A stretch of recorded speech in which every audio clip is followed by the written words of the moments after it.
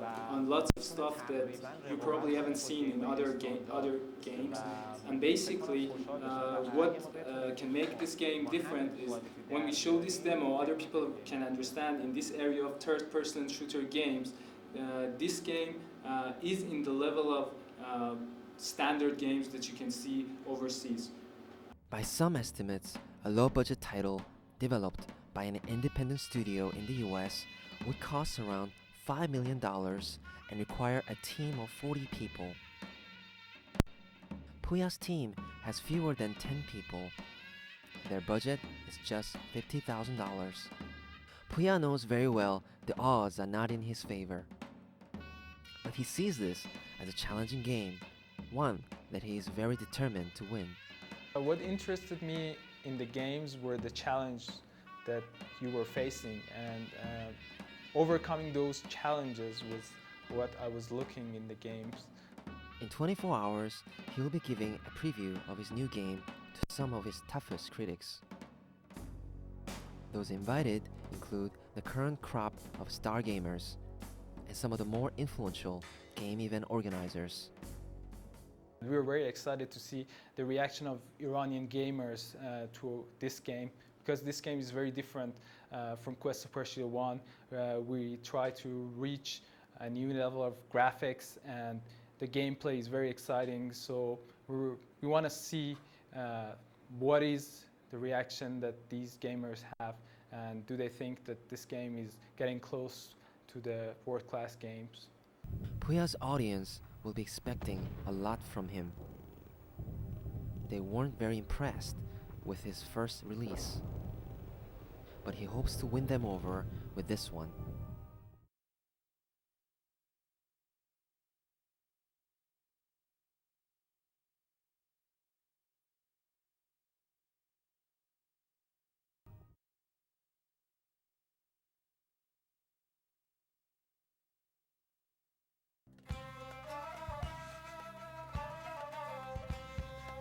This is Tehran, capital city of Iran. Over 100 years, it has grown from a sleepy province into a megacity with 14 million people. Not many of them play the computer games made in their own country. Pouyan Dadgar wants to change this. Pouyan and his team have come a long way since their first game release, titled Quest of Persia. Still, it's a tough business.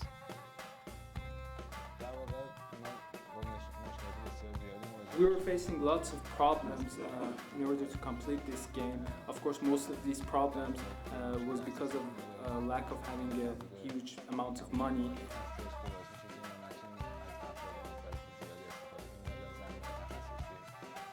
Pouyan managed to sell only 5,000 copies of his first game, Quest of Persia 1.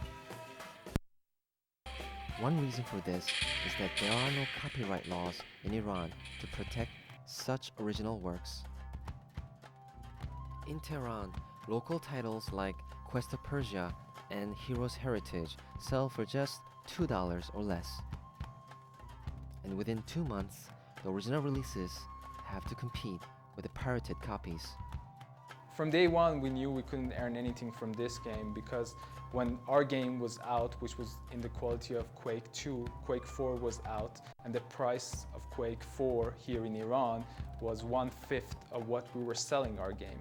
So we knew that we couldn't sell it with higher price, and even with that price, we knew that because there is no copyright laws and because we didn't have any locks, that the game is going to get copied.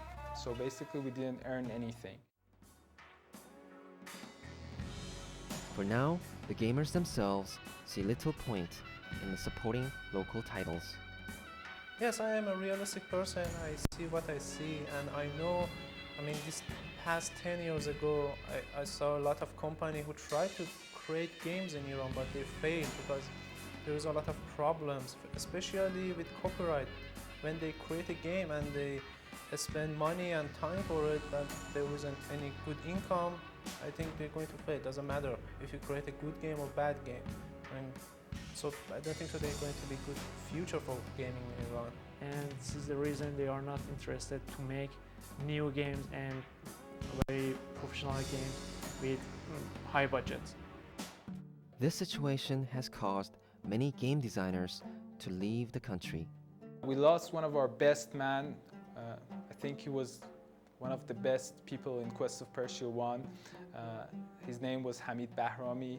He was the one who did the poster and he did all the concepts that you see here.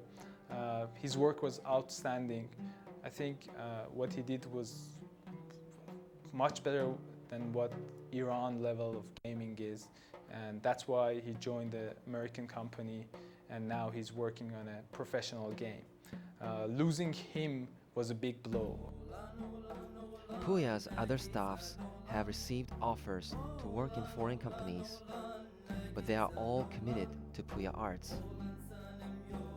They want to make authentic Iranian games that Iranian gamers can be proud of. The one thing that I really care about is that I want to work for my country and I want to be able to build something for my country, Iran. And basically, what really is important for me is that I would like to be able to make games here that be able to reach the quality of the standard games and games, bigger budget games overseas, and we do it here. Of course, we can go and join other teams overseas and do that, but what is important for us is be able to achieve that quality with a group completely Iranian and from here. There is one man who might be able to change all this. He has been working on a plan to turn Iran into a gaming powerhouse. Dr. Ali Akbar Jalali is a professor at Iran University of Science and Technology. He has written an award-winning book on the gaming situation in his country. Many people doesn't know about the effect of the gaming. They believe it's just for entertainment. The gaming right now is part of education. If government realize that gaming is a good for country, then the people go faster. If you look at the IT extension in Korea, you will find that the gaming industry become popular in Korea, then the IT facility in Korea become popular. So if the people get involved, even in gaming, then it's going to be used for different applications. In Iran, some facility are around, okay? But the people doesn't know. The people still doesn't believe that gaming is a good for their kids. They believe that it's not that good, but gradually it's going to be improved. Dr. Jalali believes that computer games will play a higher significant role in Iranian society in the future. His son, Ahson Jalali, is a member of Invincible Gangsters, the #1 Counter-Strike clan here. With Dr. Jalali's support, Ahson has become a prominent player in the local scene. Was happy after his playing because in their opinion it's also fun, and also he was studying beside his hard training. Dr. Jalali has been working on an ambitious proposal. He wants to build an e-village with support from the government. This will give Iranian gamers a place to learn about computer games and develop their competitive skills. The project says we are going to establish a village. That village is just for gaming, for teachers, students, and a lot of other people as entertainment. That place has been involved at least for one day, 500 people can practice on that village. There is a lot more research and planning to be done before the village can be built. But when it is indeed completed, female gamers like Maral Afsharian will finally get a proper place to play. They might even get better than guys. I like to see more opportunities for girls to play games, because right now I can't work in the game centers. I can't play with others, and this is awful.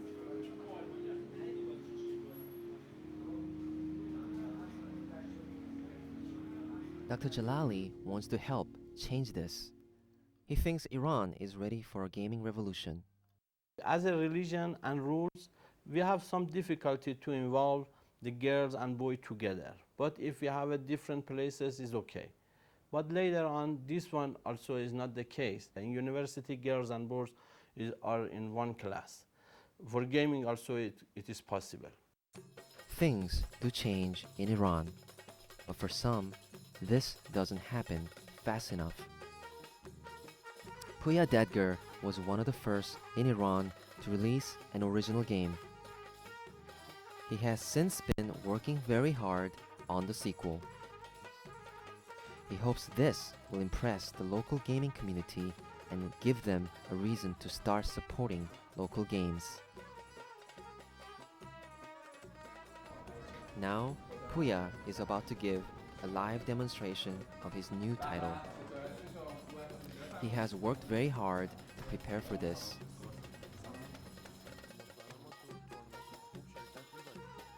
He will absolutely participate in that event, but he is not sure if game making in Iran will go advanced, because in his opinion that was not serious till this moment, and it was like a hobby for game makers before that.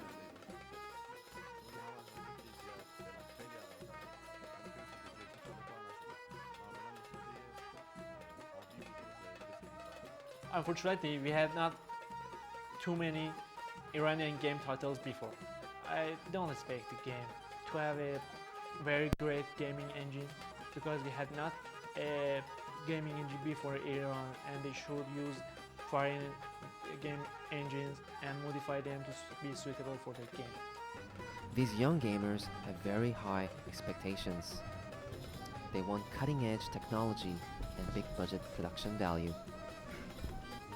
Pouyan's team is prepared for any sort of criticism. The determination is everything in this kind of a work. If you don't have determination, you can never finish the game.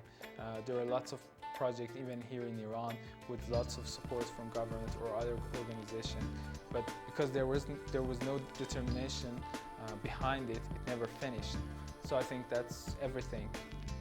This is the first time the local gaming community has come together like this. Their response will reveal if Pouyan's game is indeed on the right track. If they like what they see, Pouyan will make history as the first game developer in Iran to earn their respect.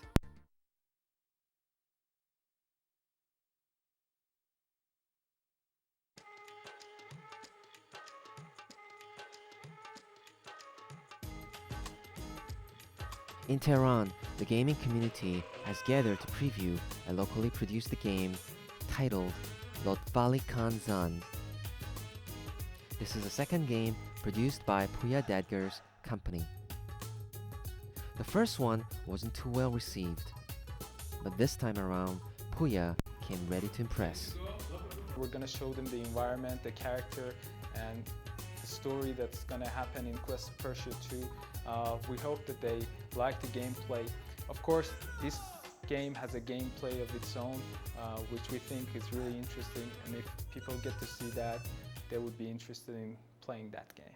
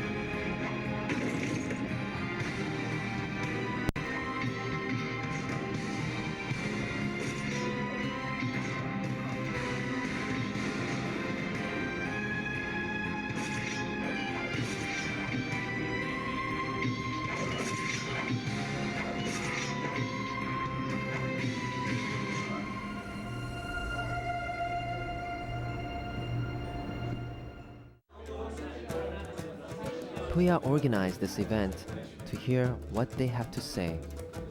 He hopes to gather honest opinions and constructive feedback. This will help him fine-tune his product.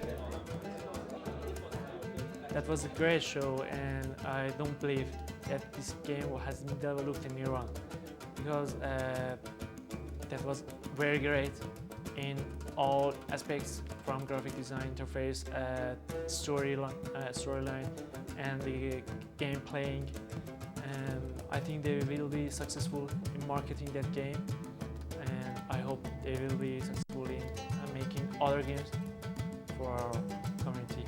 The crowd has been mostly supportive, but it's hard to tell if they will indeed go out and buy Pouyan's game when it's released. Even if they don't, Pouyan still considers this event a success. For the first time, the gaming community has gathered to exchange views. And from the feedback, Pouyan is certain his game is ready to be released around the world. خیلی چیز خوبی بود. It's a pretty good game, but I still think that هنوز نسبت به بازی خارجی خیلی کار داره to become like other countries in the world. It was a pretty good game, but it still needed some work on the graphic and the level. But I'm pretty sure that it will soon be enough good for the world champion. Basically, what you need is a publisher so that they can support you and they can sell your game in major distributor store.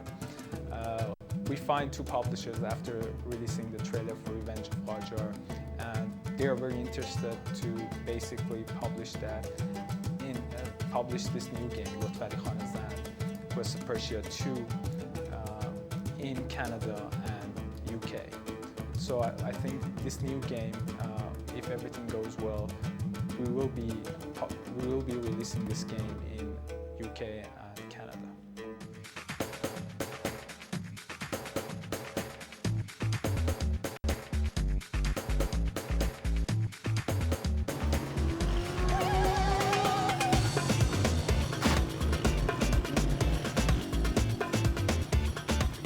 The gamers have another important event to attend.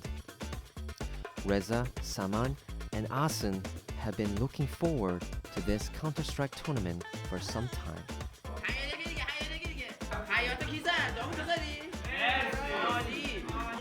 Since the government announced a ban on official Counter-Strike tournaments in 2004, game event organizers here have been trying to hold unofficial competitions on a smaller scale.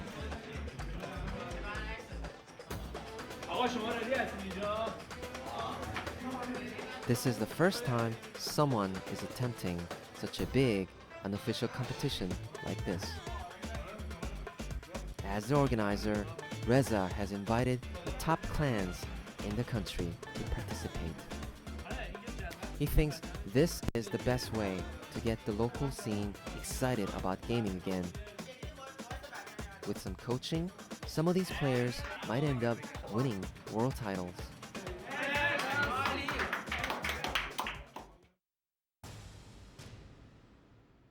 After a series of intense matches, two clans remain. The reigning champ, Invincible Gangsters, will square off against a new challenger, Elysium. And now, they will battle for the ultimate title, to be crowned as the #1 Counter-Strike clan in Iran. The Invincible Gangsters clan draws the most support. The crowd expects them to win this tournament.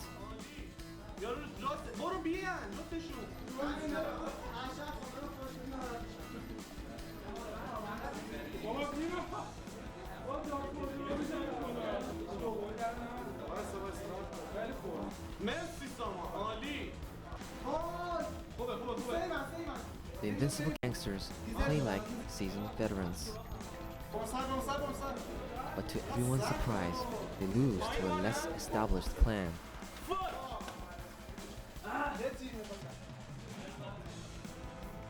To game organizers like Reza, this is a good sign. It proves that there is lots of good talent emerging in Iran, and the level of play is getting higher every year. Reza knows their time will come. Meanwhile, they need to work hard, stand together as a community, and try to change perceptions.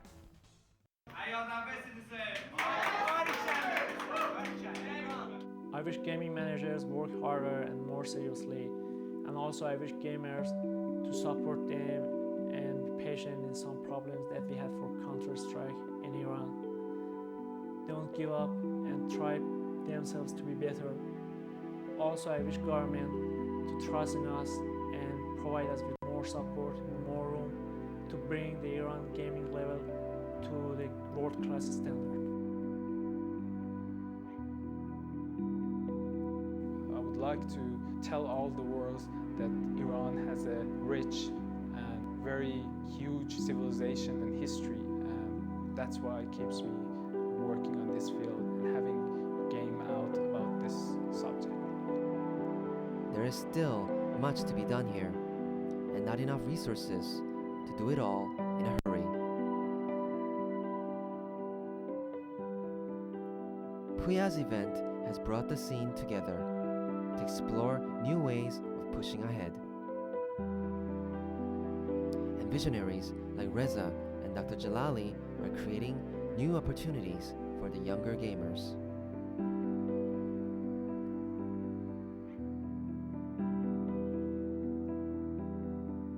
This is how things happen in Iran, slowly but steadily. This is how new revolutions are started.